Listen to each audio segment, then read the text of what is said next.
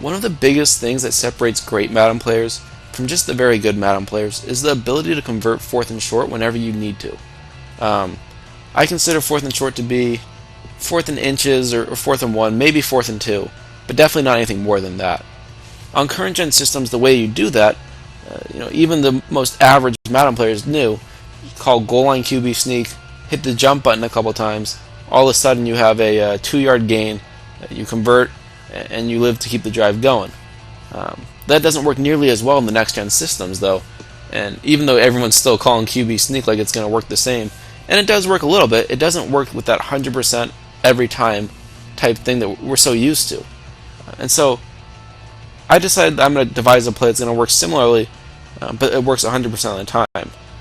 Now personally, I can stop that QB sneak 100% of the time. I turned it into the opposite, where if you QB sneak on me, you will lose yards no matter what. And it's actually helped me win a whole bunch of games that I probably shouldn't have won. But someone's so overconfident, they're going on fourth and short, fourth and inches, on their own 30-yard line or something, thinking that's a guaranteed conversion. I call up my special play, though. I'll go ahead and make a video later on that, and they lose 2 yards, which is kind of surprising how you lose 2 yards on a QB sneak, but it ends up happening. So with that all being said, I'm going to go ahead and show you kind of my replacement play for the quarterback sneak for the next gen versions of Madden. And it's more of a concept than it is a specific play, but I'm going to go ahead and show you the play out of the pistol full house tight end formation. This is a formation that's one of the best running formations in the game. It's in the 49ers playbook, which we just did an ebook out of. And the play is called halfback dive. And I'm going to call it against let's find a play with 9 guys rushing, gaps all. Now this is the type of play that an opponent might call in a 4th and 1 situation, where they're going to rush 9 guys right up the middle. Maybe they pinch their line, maybe they run commit up the middle, something like that. But no matter what they do, this play should work.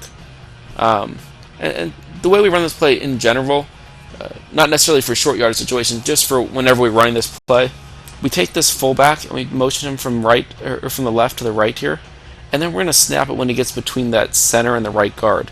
Now that gives us an extra blocker right in the hole that we're running through, and so when inevitably one of those free linebackers comes through that hole, we'll have a blocker there to pick him up. Now I'm going to run it the way, the standard way I run it. That's not designed for 4th and inches. It's designed for maybe you can break a big one with this one, but you also may lose a yard or two. And I'm going to run that a couple times here.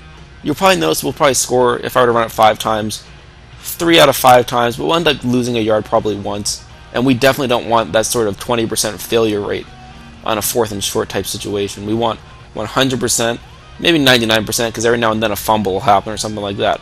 We want a very high percentage of conversion, and so that's what we're going to do a little bit later on in the video. So you can see here, we do end up getting a touchdown this one. It's a good running play, and that's going to happen a lot. But if your opponent were to run commit or to pinch his line down or something like that, it's going to probably stop this every now and then. We ended up only maybe with 1.5 yards there. Maybe on a 4th and 2 it wouldn't have worked. I'll run it one more time here. Every now and then we will get stopped in the backfield, and so it's not what we want. The way I make this play just slightly better, and again this is only for 4th and short situations. On anything else, say it's a 1st and 10 or something, run the play like I just showed you, and that's the way you should do it. But if it is 4th and short and you only really care about getting 1 or 2 yards and you don't care about the chance of breaking for a 50-yard gain or something like that, this is the way to do it. You're going to motion this fullback from left to right as you usually do, and you're still going to snap it when he gets between that center and the right guard. But this time you're going to hold down the sprint button with your running back. You're going to take about 1 step forward. You'll still be 3 yards or so behind the line of scrimmage. Take 1 step forward and then just tap that dive button. And he's going to dive his way into the end zone for about 5 yards from where you dive, and about 3 yards forward from the line of scrimmage. You can see the ball's at about the 2.5 yard line, which is the area for 2-point conversions. So I'll go ahead and run it through a couple times here. Take note of the timing, because if you do dive too late, it won't work nearly as well.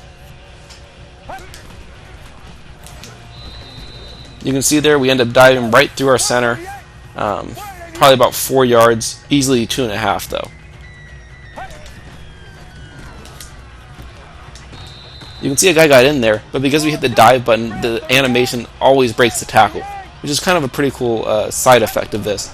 As long as you don't hit the dive button too late, you should get into the end zone. So this is going to convert pretty much any sort of 4th and 1 or 2 whenever you need it, all the time. So I hope this video helped you. I'll go ahead and make some more helpful walkthroughs for other areas of Madden that I think people could use some help with. So if you did like this video, go ahead and check out some of our other videos. I'll go ahead and make up a page of different things. Remember, we will be doing how to stop the quarterback sneak next, so stay tuned for that.